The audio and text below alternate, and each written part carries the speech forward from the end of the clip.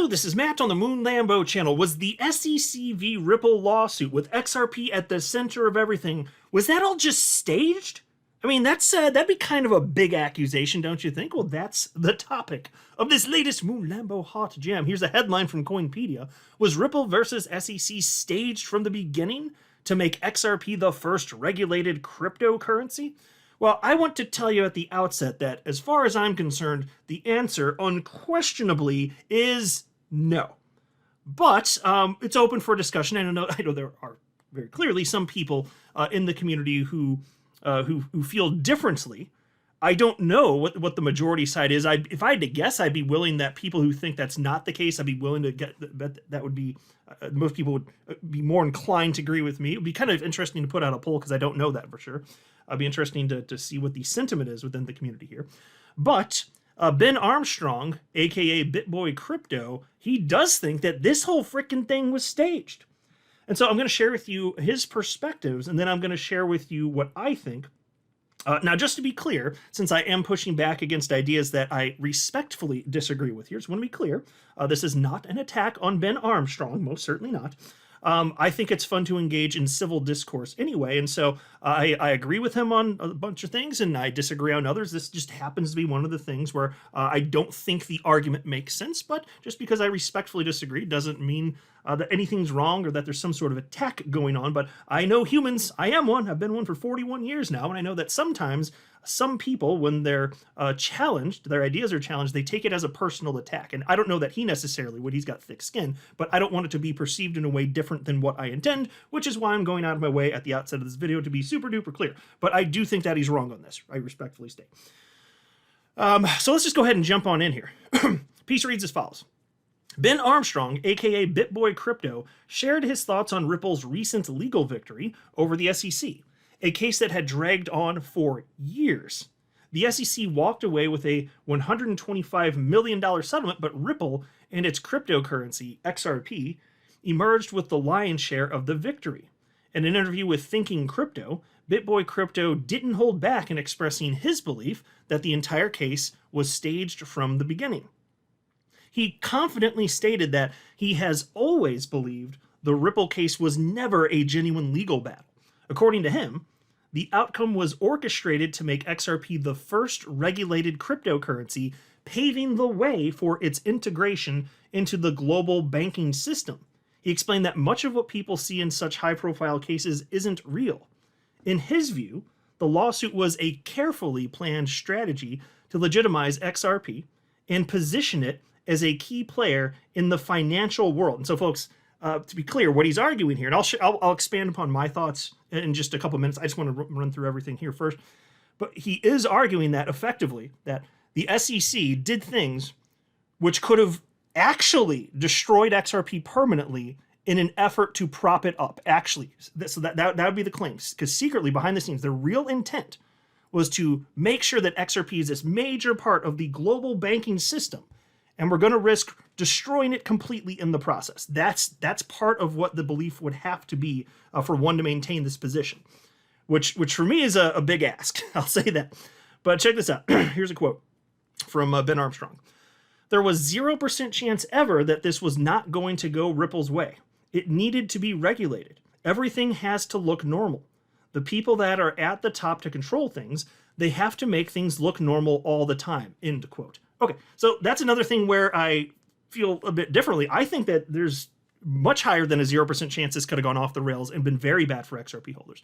In fact, one of the best things that happened is that we got Judge Torres. We could have easily gotten a different judge who would not have been as sympathetic to the plight of all of us XRP holders, the millions of us around the world, and the 75,000 plus represented by Attorney John Deaton. There was definitely a greater than 0% chance, whatever that was, that this could have gone poorly for us. And I acknowledged that throughout the lawsuit, while maintaining that what I believed was most probable was that justice would be done. History would show that we are on the right side of things. And that is what's happened. We were right. We've been proven that. We've been proven to be right in this particular case. But I would just say, if you say there's a 0% chance, well, I can understand why he's saying that, since he thinks that this is all basically a conspiracy theory. I can understand that, because that's what that would be. What he's talking about here, it fits the definition perfectly of conspiracy theory. Shadowy figures behind the scenes being puppet masters, pulling strings to make stuff happen. Like that is in line. That's the type of assertion being made here. And, I'm just, by nature, I'm a highly skeptical person. And so I understand that some conspiracies, that it does turn out that they're true. Most are not. And if you're going to have a big claim, there better be big evidence, or else I'm just not going to be persuaded on anything. Now, I'm willing to look at the evidence if there is any.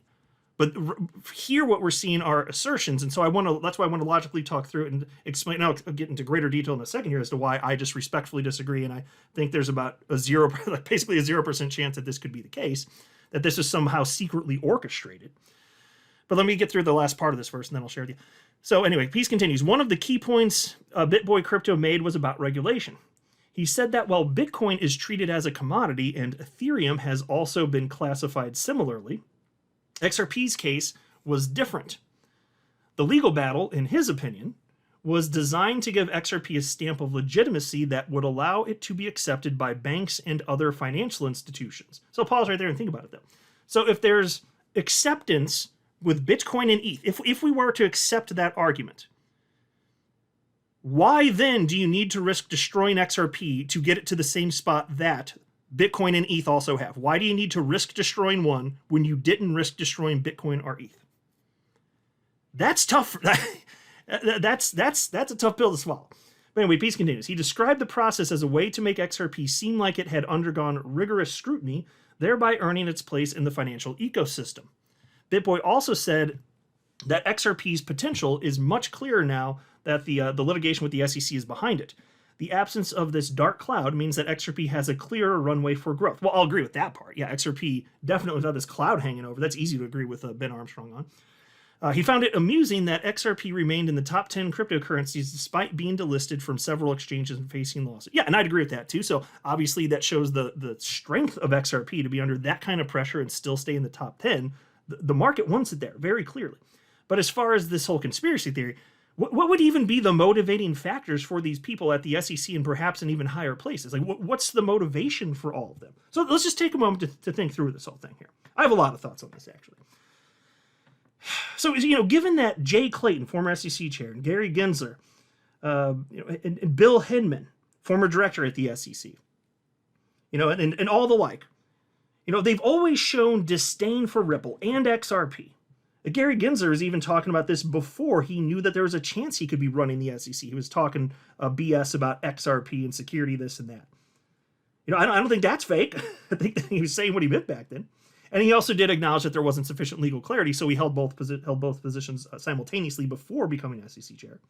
But, it's hard to believe that they all decided to come together to specifically prop up XRP. It had to be XRP specifically. They're going to do that. And we still don't know what the motivating factors would be for them to do this, but they're going to do this, right? And maybe other shadowy figures who are unnamed within the current administration or the previous, what was going on during the previous administration. Are they all working together secretly and in harmony behind the scenes? I mean, I would find that hard to believe too. But look, here's the deal. There were way less messy ways to do this if that's what they wanted to. And again, I don't buy the idea that they wanted to prop up XRP. But there's way less messy ways to make that happen. And again, they risked the very existence of XRP by attacking Ripple and XRP the way that they did. If they wanted to prop something up, they'd regulate it in an entirely different way. Because the truth of the matter is, there was a chance, you don't know for sure before this happens, before you sue Ripple, there's a chance that XRP loses just about all support. So if they're suing Ripple to guarantee XRP's legal clarity, do you actually risk the whole thing? I just don't think that makes logical sense. I don't buy that. It doesn't make sense. And again, I'm not seeing a motivating factor for any of this. So it's a big claim, and it's just not connecting the way that it would need to for me to find it persuasive. And so, again, there were other ways the SEC could have given XRP the green light if they wanted to, but they didn't. Having personally covered every facet of the SEC v. Ripple lawsuit for nearly 4 years at this point, having personally read every single legal brief, every single amicus brief, and endless perspectives from attorneys, including many in the XRP community. This battle of the SEC v. Ripple, I gotta tell you, having witnesses front row for several years, it was very real. And the SEC, I'm telling you, they showed real signs of getting seriously butthurt over losing various aspects of the case. And then they would overreact. These are genuine reactions. And the SEC also, consider this. Like, how would this make sense? The SEC also shredded their reputation by taking this lawsuit forward because it was completely frivolous, right? And so that's not something they just voluntarily do, shred their own reputation to provide XRP with legal clarity, especially when they could have given the green light to XRP specifically without any litigation whatsoever. And you could argue, well, that would just make the SEC look shady and untrustworthy, just giving XRP the green light when there's so many coins. And I'm like, what do you think they just did? They just made themselves look incredibly shady and untrustworthy because they attacked XRP. But they damaged themselves even more so and revealed documents that wouldn't have had to have been revealed, which is another reason none of this makes sense, in my opinion. I mean, think about all the documents that came out in the discovery process that the SEC sought to hide. Remember the comment on the Billy Boy Hinman Ethereum free pass speech draft? When one of his fellow attorneys working at the SEC was warning him, they warned against his approach and cited specifically that the SEC wanted to maintain maximum flexibility when it came to choosing who to sue. And as a result, maybe giving ETH a green light in this Ethereum free pass speech, maybe that's a bad idea. That's what the SEC lawyer was communicating. That's the idea. Because again, they wanted to retain that flexibility where they could sue Ethereum, perhaps, or Ethereum devs and the people in the ecosystem in the future. So just think about all. Did the SEC want that to ever come out? I don't think so. Certainly not. And so look, Bill Hinman, mind you, he provably engaged in illegal behavior and extreme impropriety. He was paid $15 million as he propped up, Ethereum while his law firm was a member of the Enterprise Ethereum Alliance. And in fact, I'm sure you guys are well aware of this, but just a friendly reminder, and maybe some of you are new or aren't aware of this, this is John Deaton's crypto law website here, and the part I'm highlighting is the relevant portion here. You can see it reads, from 2017 to 2020, the same years he served at the SEC, Hinman received over $15 million in payments from Simpson, Thatcher, and Bartlett. What a coincidence. And so that's his law firm. Well, how about that? Is anybody actually surprised about that? I mean, I sure as hell not. But we're supposed to believe that the SEC chooses winners in two completely different ways.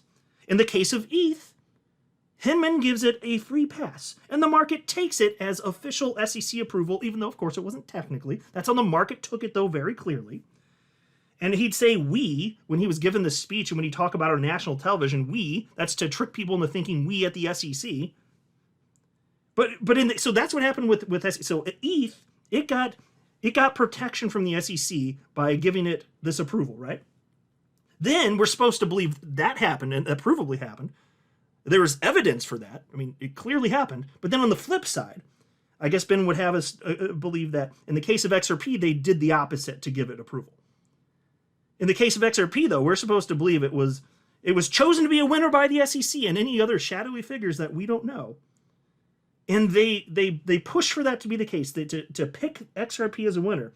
And they do that by suing Ripple, which again clearly risks the very existence of XRP. That's what they do. They do one thing for ETH and then they go on the attack for XRP to get the same result for both? I don't think so. I just don't think, I respectfully state, I do not think that perspective makes sense. But I know not everybody will agree with me. I think that my argument's more persuasive, but I like civil discourse. I like to share thoughts. I think these topics are fun to discuss. So whatever you think, whether you agree or disagree, just know that you can challenge what I just said. I do not get offended by people that tactfully tell me that they think that I'm wrong. I think it's really important, actually, for us as a community to have open, respectful discourse, especially when there's things that are of notable contention here. So if anybody disagrees with me, you can tell me that. I'm not going to get mad. As long as if you're being a jerk about it, then I'm just not going to like you, fine. But the fact that you're telling me you think I'm wrong, that in and of itself is not going to make me think that you're some sort of D-bag. I'm not going to block you on X if you just disagree with me. Now, if you're a jerk, that's different. I don't have tolerance like I used to for people that are just blatantly asses. Like, I really just don't, I don't need that in my life. But if you want to tell me I'm wrong respectfully, I will always welcome that, because sometimes I am wrong, you know? And if I'm wrong, I want to know it so I can just stop being wrong then. I'm not married to ideas. If I'm wrong, tell me and I'll acknowledge it and I'll spread the message and give you credit. But here, I just don't see how this perspective makes any actual sense. It's a big assertion, no evidence, and then if you even, try and peel back what the thought process would require, I just don't think it makes sense to suppose that this is the way that they'd behave. So anyway, that's pretty much it. You guys let me know what you think. I'll wrap up here. I'm not a financial advisor. You should not buy or sell anything because of anything I say or write. That would be a very, very, very bad idea. Until next time, to the moon, Lambo.